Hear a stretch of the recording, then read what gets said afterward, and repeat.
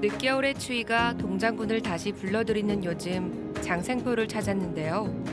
이곳에는 우리가 절대 잊으면 안 될 인물이 있습니다. 설아 씨, 네. 이제 조금 있으면 이게 우리에게 굉장히 중요한 날이거든요. 네. 어떤 날이죠? 그 바로 3월 1일 3.1절이죠? 네, 3.1절 맞아요. 맞습니다. 3.1절 하면은 울산. 울산 하면 3.1절 굉장히 연관성이 많거든요. 울산은 정말 그 독립투지가 강하다고 느꼈던 게 그 박상진 의사나 또 한글로 한거하셨던 최영배 그 최영배 선생님도 이렇게 있으시잖아요. 또 3.1 만세운동도 세 곳에서 크게 일어났고요. 그렇죠. 전국적으로 볼 때 울산만큼 항일, 네. 독립 이런 게 굉장히 강했던 도시도 드물거든요. 네. 특히 이제 울산은 여러 가지 이제 3.1절 독립과 관련된 이야기가 많은데 네. 오늘은 조금 색다른 것을 한번 찾아보려고 왔어요. 보통 3.1절 이렇게 하면 독립투사, 뭐 항일 정신 이런 것만 이야기하잖아요. 네. 근데 우리가 이제 그런 거 말고 울산의 이 독립운동가들을 완전히 그 힘들게 했던 네. 악질 경찰 이야기 한번 해보려고 여기 장생포에 왔습니다. 일제강점기 때 친일 경찰로 가장 악명을 떨쳤던 사람, 그 사람을 만나러 한번 가봅시다. 네, 함께 가보실까요?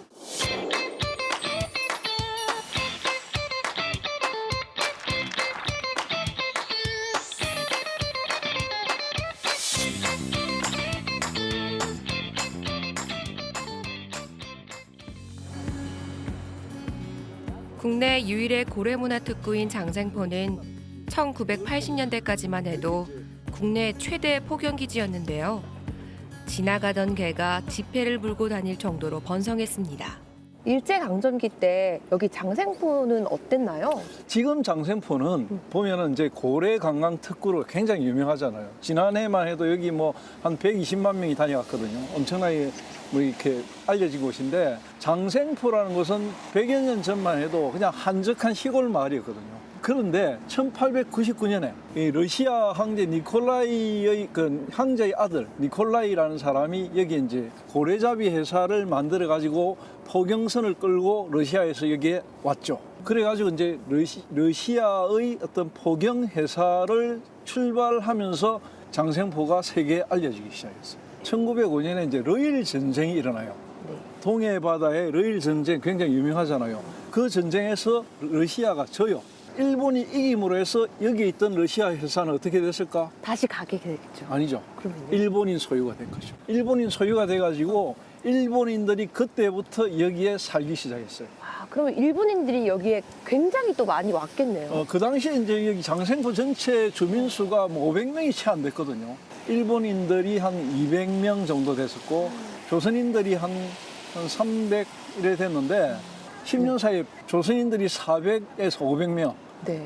일본인들도 한 400명 넘게 한 1000여 명 중에 반반이 이제 조선인과 일본이 될 정도로 여기에 일본인들의 포경업이 굉장히 발달했어요. 그때부터 이제 여기 장생포는 울산에서도 일본인들의 그 생활 무대가 됐던 거죠.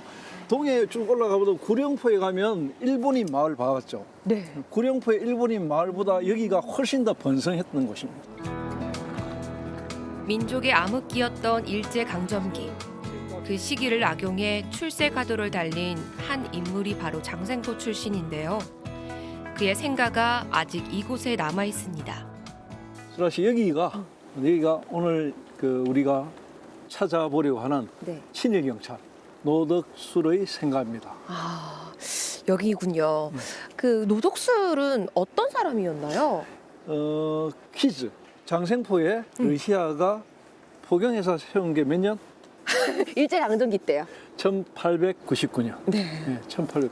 그때 노덕술이 태어났어요. 그러니까 노덕술의 어린 시절은 일본인들이 막 장생포에 들어올 때 어린 시절 보냈겠죠. 가난했던 노덕술의 눈에는 이 일본인들이 어떤 걸로 보였느냐면 돈 잘 벌고 잘 먹고 잘 사는 그런 사람으로 보였던 거예요. 그러니까 어릴 때부터 초등학교 2학년 학력이 전부예요. 2학년만 다니다가 일본인 장사꾼들의 밑에서 이제 일을 한 거죠. 일을 하다가 홋카이도로 넘어가요. 네. 일본 홋카이도 아주 어린 나이에. 그러면서 일본어를 배우고 일본 문화, 일본 노래 이런 것들을 다 배워가지고 거의 일본인화가 된 거죠. 그래서 이제 친일을 시작을 하게 된 건가요? 뭐 그때 친일을 했다기보다는 네. 그렇게 쭉 살다 보니까 이 일본인들 밑에서 장사만 해가지고는 네. 출세하기 힘들겠다. 네. 이런 생각한 거죠. 내가 잘 사는 길은 네. 결국 일본 사람들과 함께 네. 뭔가 관리나 높은 자리에 가야 되겠다. 네. 이런 생각을 한 거죠. 그래가지고 네. 국내에 들어와가지고 경남 순사학교에 들어가서 이제 경찰 과정을 공부한 겁니다. 가난에서 벗어나기 위해 노덕술은 친일 경찰의 길을 걷게 되는데요. 그의 친일 행각은 그 누구보다 교묘하고 잔인했습니다. 노덕술이 이름을 알리게 된 계기가 있나요? 네, 노덕술은 이제 여기 부산과 경남, 울산 경찰서에서도 이제 활동을 하면서 이쪽 무대로 쭉 활동을 했죠. 이 지역의 그 독립운동가들 네. 이런 사람들을 괴롭히면서 이제 경찰에서 위상을 높여가거든요. 네. 그러다 결정적으로 이 사람이 일본 경찰의 눈에 들어온 게 지금의 부산 상구 전신인 개성학교 그쪽에서 이제 신간에 동네 지부가 있었는데 그때 그 활동했던 청년 독립 운동했던 사람들 네. 이 사람들을 잡아다가 고문을 마구 합니다. 배우를 밝혀라고. 그러면서 정말 상상할 수 없는 고문을 합니다. 일제강점기에 고문 기술자면 딱 두 사람이 있거든요. 노덕술은 울산, 하판락은 진주 출신입니다. 이 두 사람이 사실 조선 경찰의 고문 기술의 70%, 80%를 다 만들었다고 합니다. 그때 이 노덕술이 부산에서 이 고등학교 학생들을 7명을 주동자로 몰아서 잡아다가 고문을 했는데 그중에 3명이 고문 후유증으로 죽었어요. 그때 했던 고문이 어느 정도 심했던 고문이냐면 네. 조그만 상자에 그냥 가다 넣습니다. 그냥 알몸으로 잡아넣어가지고 그 상자 위에서 대못을 칩니다. 그리고 공중에 벌거벗어 매달아가지고 때립니다. 그리고 벤치로 혀를 뽑습니다.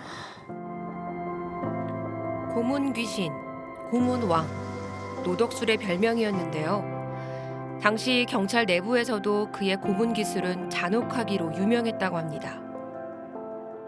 그 같은 한 민족한테 어떻게 그렇게 그런 고문을 할 수 있을까요? 제가 사실 방송이라서 이거 모든 것을 다 이야기하긴 그런데 이거는 아주 일부에 불과하고 뭐 너무 많습니다. 조금 단순한 이야기하면은 그냥 물고문을 고춧가루 물고문을 그때부터 시작했습니다. 재밌는 이야기 하나 해드릴까요? 이 노덕술이라는 사람과 하판락이라는 이 두 사람이 나중에 박종철 고문 치사 사건 알죠? 네. 그 대한민국 민주화를 이끌었던 그 치사 사건의 고문 경찰관 하면 이근환입니다. 이근환 위에 선배가 박처원이거든요. 이런 계보까지 다 연결돼요. 노덕술이 만들어낸 고문 기술이 계속해서 그 전수가 됐던 그렇죠. 모양이네요. 하판락 노덕술의 고문 기술이 고문 경찰들에게는 교본처럼 돼가지고 최근까지도 1980년대까지도 전해졌던 거죠. 경찰로서는 굉장히 아프고 치욕스럽고 부끄러운 기억들이 남아 있습니다. 정말 그 악랄한 그 경찰 중이네요, 진짜. 울산 사람으로서 좀 부끄러운 이야기지만 그런 악질 경찰이 바로 울산 출신 노덕술입니다. 노덕술은 다양한 고문 기술을 개발해 이름을 떨치고 승승장구하는데요. 동시에 그의 손에 수많은 독립운동가들이 쓰러져 갔습니다. 노덕술이 도대체 어디까지 출세를 했나요? 일제강점기 때 네. 제일 경찰 중에서 조선인들 가운데 출세한 사람이 21명이에요. 이 21명이 경찰의 최고위직까지 올라갔거든. 그 중에 한 사람이 노덕술이었어요. 통영에서 독립운동했던 사람들을 소탕하고 그게 공을 인정받아가지고 서울로 와서 서울에서 또 활약을 해요. 일본 경시청에서 가만히 이렇게 노덕술을 바라보니까 네. 보통 기술자가 아니거든. 그래서 그 당시에 독립운동 했던 사람이 경성에서 주로 어디로 갔느냐 하면 신의주로 연결되는 철도를 타고 만주로 넘어갔거든. 네. 그 길목에서 독립운동가를 잡는데 누구를 이용할 것인가? 또 노덕술을 노덕술을 이용하네요. 이용했죠. 그래서 노덕술은 그때 경성에서부터 평양까지 이러는 곳을 주로 활약하면서 경찰 활동을 했어요. 그리고 해방될 무렵에는 북한 땅 평양 쪽에서 이제 경찰로서 이름을 날렸습니다. 일제강점기가 들어서면서 그의 친일 행각은 본격화되는데요. 독립운동의 뿌리를 뽑기 위해 전국을 돌아다니며 친일에 앞장섭니다. 이 노덕술이라는 사람은 그 일본인들이 가장 잘 이용하기 좋은 독립운동의 자금을 색출하고 그다음에 독립운동가들의 뿌리를 솎아내는데 제일 앞장섰거든요. 그래서 사람을 잡아가지고 그 사람의 뒤를 캐는 거는 고문으로 해서 일어날 수 있는 거거든요. 그래서 고문 기술자라는 이름을 얻었던 것이고, 아픈 이야기지만 우리 울산 출신의 독립운동가 네. 아주 뛰어난 사람이 한 사람 있어요. 네. 이관술이라는 사람인데 그분도 노덕수리에게 일제강점기 후반부터 일제강점기가 끝날 때까지 네. 한 3차례에 걸쳐서 엄청난 고초를 겪었던 그런 이야기도 있습니다. 아니 한 시대의 사람인데 이 다른 길을 걷고 있으니까 참 마음이 안타깝네요. 또 재미있는 이야기는 네. 조선 총독부가 사라지고 나서 이제 우리나라 네. 그 정부가 쓰잖아요. 네. 정부가 쓸 무렵에 치안을 담당하는 우리나라의 치안이 어떤 형태가 갖춰져 가지고 그때 수도 경찰청장 했던 이 장택상이라는 인물, 이 사람 밑에 노덕수리가 들어옵니다. 고문기술자 노덕수리를 데려다가 공산주의자들을 때려잡는데 이용을 했거든요. 그런데 이 장택상이라는 사람이 누구냐면 박상진 의사가 바로 그 독립자금을 그 부자들한테 뺏었잖아요. 그때 응하지 않았던 대구 쪽의 거부, 부호, 장성원이라는 사람의 아들이에요. 그런 것들이 막 엮여 있는 아주 그 재미있는 이야기들 좀 있습니다. 해방 후 민족 반역자를 처벌하는 반민특위가 열리게 되는데요. 독립운동가들에게도 노덕술의 처벌은 사필귀정이었습니다. 그러나 뜻밖의 일이 벌어지게 되는데요. 노덕술은 해방 후 또 처벌을 받았겠죠? 해방이 됐을 때 노덕술은 굉장히 겁이 났겠죠. 그때 이 북한 쪽에 뭐 있었거든요. 네. 그래가지고 그 소련군에게 잠깐 잡힙니다. 곤혹을 치를 뻔하다가 도망을 나요. 네. 빠져나가고 남쪽으로 내려옵니다. 처벌 받지 않았나요? 아니 그 남쪽으로 내려와가지고 네. 이제 처벌을 받아야죠.